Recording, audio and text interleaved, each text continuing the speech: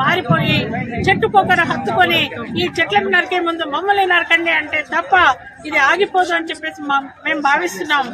దానికి మేము సిద్ధంగా కూడా ఉన్నామని చెప్పేసి చెప్తూ ఈ బతుకమ్మ సంబరాల్లో పాల్గొన్నటువంటి మీకు అందరికీ కూడా ఉద్యమ వందనాలు తెలుపుతున్నాం. ఇక్కడ సోషల్ మీడియా యొక్క పాత్ర ఎంతో ఉంది.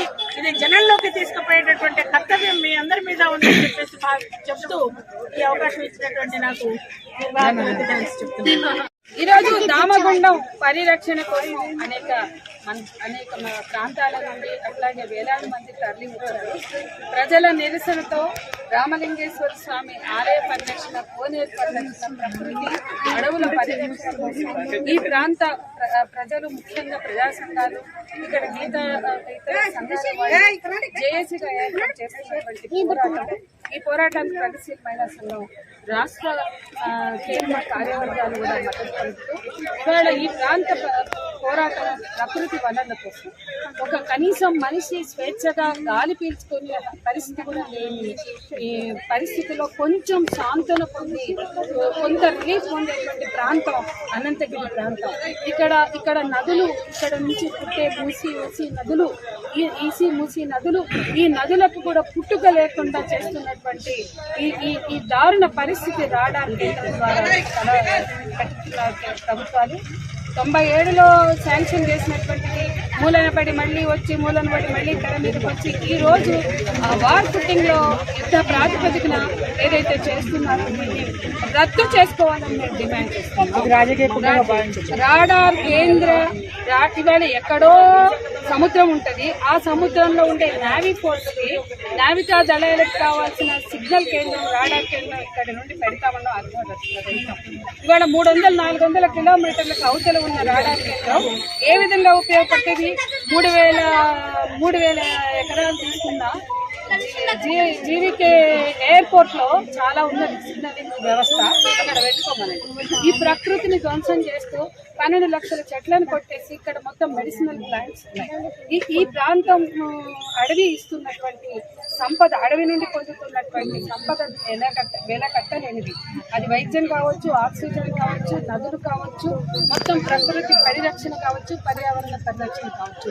దీనిని ధ్వంసం చేసి మనిషికి గాలి పీల్చుకునే స్వేచ్ఛ లేకుండా సరైన ఆక్సిజన్, ఒకప్పుడు అనంతగిరి టీబీ శానిటరీ కేంద్రం అంటే జబ్బులు పడిన వాళ్ళు, క్షయ రోగులు ఇక్కడికి వచ్చి శుభ్రమైన గాలి పీల్చుకుని వాళ్ళు జబ్బు నుంచి వాళ్ళు వైద్యం పొంది, వాళ్ళు రిలీఫ్ పొంది, వాళ్ళు ఆరోగ్యవంతంగా తయారవడానికి ప్రభుత్వాన్ని ఎన్నుకున్నటువంటి ప్రాంతం.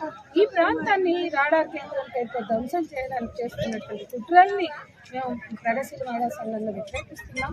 ఈ ప్రాంత ప్రజలు చేస్తున్నటువంటి పోరాటం, వాళ్ళు పెడుతున్నటువంటి న్యాయమైన డిమాండ్లను ప్రభుత్వం అంగీకరించాలి. ఇప్పుడైనా ఆ ప్రతిపాదన వెనక్కి తీసుకోవాలని నేను కోరుతున్న ప్రజలు ఆక్సిజన్ పీల్చుకోవడానికి ఉంచదలుచుకుందా లేదా ఇది మేము ప్రశ్నిస్తున్నాం. కూతవేటు దూరంలో ఉంది హైదరాబాద్. ఇవాళ తెలంగాణలో ఉన్నటువంటి సగం జనాభా హైదరాబాద్లో. హైదరాబాద్కి ఎంతో ఆక్సిజన్ అందుతుందంటే ఈ అటవీ ప్రాంతం నుంచి వస్తున్నటువంటి గాలులు వీచే వస్తుంది. అంత పొల్యూషన్ హైదరాబాద్ లో.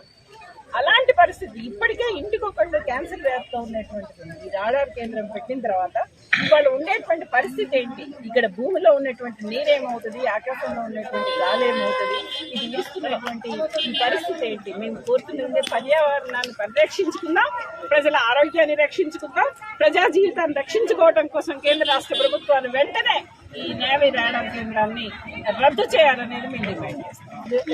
కార్మిక కిరణాల నుంచి మమ్మల్ని, మా ఆరోగ్యాన్ని, మా జీవితాన్ని, మా పిల్లల భవిష్యత్తును రక్షించుకునే హక్కు ఉందని పోరాటాలు చేసి వెనక్కి తీసుకున్నారు. మరి ఇక్కడ ఈ ప్రజల మీద ఎందుకు రుద్దుతున్నారు? ఈ అడవిని దీన్ని రక్షించుకోవడానికి ఎంత దూరం అన్నా ముందుకు వెళ్తుంది. అలాగే ఈ రాడార్ కేంద్రాన్ని కూడా రద్దు చేయాలని మేము డిమాండ్ చేస్తాం.